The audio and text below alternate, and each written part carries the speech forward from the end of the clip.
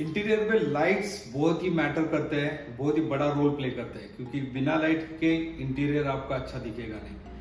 कितना भी आप फर्नीचर करवाओ, तो इंटीरियर में कलर्स और लाइट इफेक्ट्स ये दो बहुत ही मैटर करते हैं। तो उसी के बारे में बात करेंगे, लेकिन आज बात करेंगे सिर्फ लाइट्स के बारे में।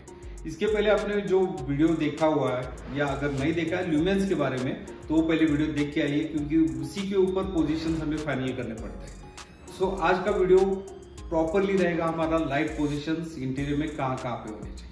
मेरा नाम है Arun, this is APG interior blog. में इंटीरियर के रिलेटेड वीडियोस बनाता हूँ ताकि आपको ज़्यादा से ज़्यादा इंफॉर्मेशन मिले और आपको इंटीरियर करने में आसानी हो, या किसी इंटीरियर से आप डिज़ाइन करवा के ले रहे हो तो उनको भी आपको बोलना आना चाहिए कि मुझे ये लाइट्स की पोजीशन ऐसे ऐसे चाहिए। सो चालू करते हैं आज का वीडियो।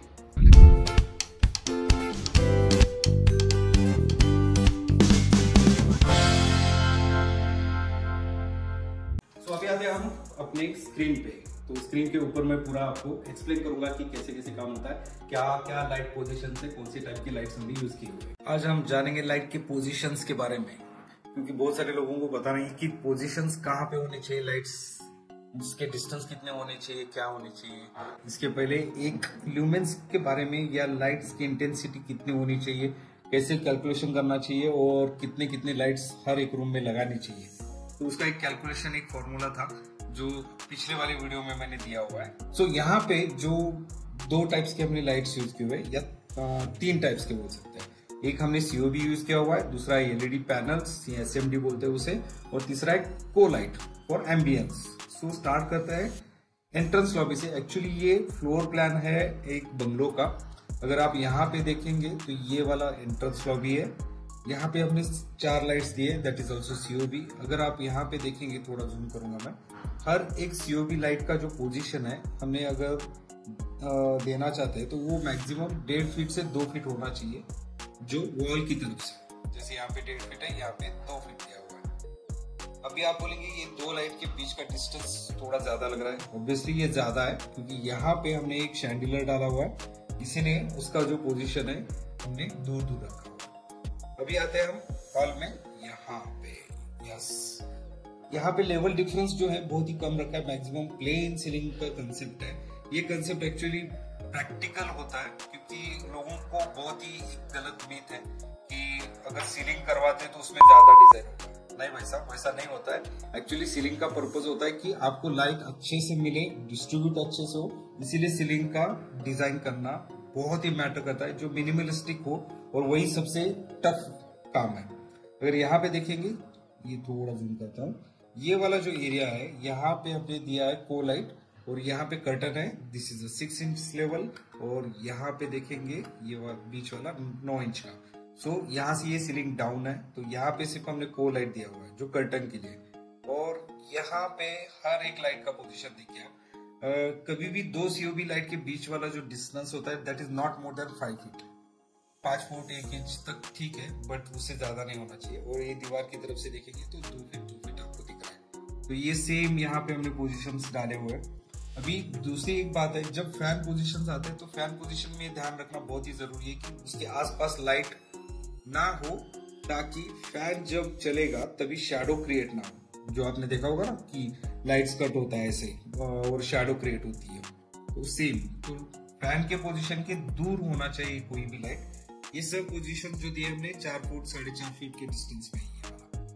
और नेक्स्ट है कि यहाँ पे जो बंदा बैठेगा सोफा के ऊपर, उसके सर के ऊपर लाइट नहीं होना चाहिए, तो वो बहुत ही अनकंफर्टेबल फील होता है। थोड़ा सामने होना चाहिए, ताकि बैठने के बाद वो अगर रीडिंग या कुछ राइटिंग कर रहा है बैठ के तो उसको दिक्कत नहीं होनी चाहिए।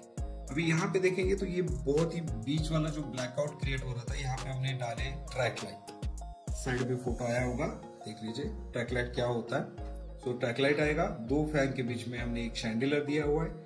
ये सेम एरिया यहाँ पे वही सेम डिस्टेंस मेंटेन किया हुआ है। ये जो रेफरेंस लाइन दिख रही है आपको, ये रेफरेंस लाइन को पकड़ के हम थोड़ा एस्थेटिक भी अच्छा दिखना चाहिए उसके हिसाब से। यहाँ पे आते हैं तो ये वाला है कॉमन एरिया जहाँ पे वॉश बेसिन है। ये वाला थोड़ा इसको मूव करता हूँ मैं। ये यहाँ पे देखेंगे लेवल डिफरेंस है अगेन 6 इंच एंड 3 इंच। ये थोड़ा सीलिंग डाउन है, ये ऊपर लिया हुआ है। यहाँ से ये को लाइट है एल शेप में, यहाँ से भी को लाइट जाएगा यहाँ पे डाइनिंग एरिया में देखेंगे तो अगेन 5 फीट 1 इंच और 3 फीट 6 इंच ये डिस्टेंस है। मैंने जैसे कहा कि 5 फीट से ज़्यादा नहीं होना चाहिए, 1-2 इंच का मैनेजेबल है, हो सकता है। सो साइड में ये COB लाइट्स है, बीच में हमने दिया है शैंडिलर या जो डाइनिंग के ऊपर जो लाइट्स आते हैं हैंगिंग लाइट्स वो दिया हुआ है ताकि डाइनिंग के ऊपर भी उजाला हो सके। अभी आते हैं यहाँ पे किचन एरिया में। यहाँ पे किचन एरिया पे मैंने जैसे कहा LED panels, natural light 4K to 6000 के आप ले सकते हो। यहाँ पे लाइट सोर्स थोड़ा ज़्यादा होना चाहिए क्योंकि वर्किंग एरिया होता है हमेशा किचन में।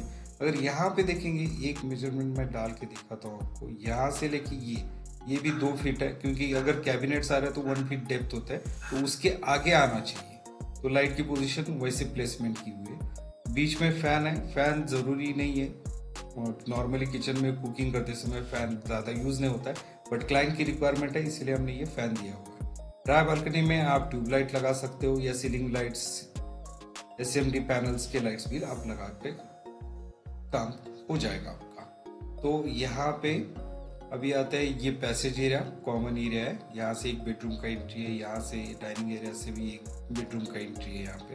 अभी पैसेज में भी देखेंगे तो दीवार से मैंने 2 फुट छोड़ा हुआ है, उसके बाद 4 फीट 4 इंच इक्वल करके यहाँ पे लाइट्स लगा दी है। और आते हैं अभी मंदिर में सिर्फ कॉर्नर पे 4 लाइट्स है, बीच में शैंडिलर है। तो मेनली आप ये ध्यान रखो कि हर एक लाइट यानी अगर COB यूज कर रहे हो तो 4 से 5 फीट का डिस्टेंस होना चाहिए, उससे ज़्यादा नहीं होना चाहिए, नहीं तो फिर वो ब्लैकआउट हो जाएगा, इसीलिए वो यूज़ नहीं करना है। तो ये है पूरा लेआउट। आई होप कि आपको समझ में आया होगा कि मैंने क्या बोला और लाइट के पोजीशन कैसे प्लेसमेंट करनी है। और ल्यूमेंस के बारे में तो मैंने कहा कि वीडियो आप देख के आओ, उसमें ज़्यादा और क्लियरिटी आपको आ जाएगी। आई होप कि आपको ये वीडियो जरूर पसंद आया होगा। ऐसी वीडियो आपको और चाहिए तो कमेंट करके जरूर बोलिएगा ताकि मैं ज़्यादा से ज़्यादा वीडियो अपलोड कर सकूँ और ज़्यादा से ज़्यादा इन्फॉर्मेशन आपको शेयर कर सकूँ। बहुत सारे लोग वीडियो देखते हैं बट सब्सक्राइब नहीं करते क्योंकि 80% तो सब्सक्राइब ना करने का रिकॉर्ड दिखा रहा है मुझे। अगर वीडियो अच्छा लगा तो ही सब्सक्राइब कीजिए, अदरवाइज मत कीजिए क्योंकि आपने यहाँ तक वीडियो देखा इसका मतलब आप वीडियो को लाइक करते हैं। So like, share and subscribe. Tata, bye bye, see you in next video. See you.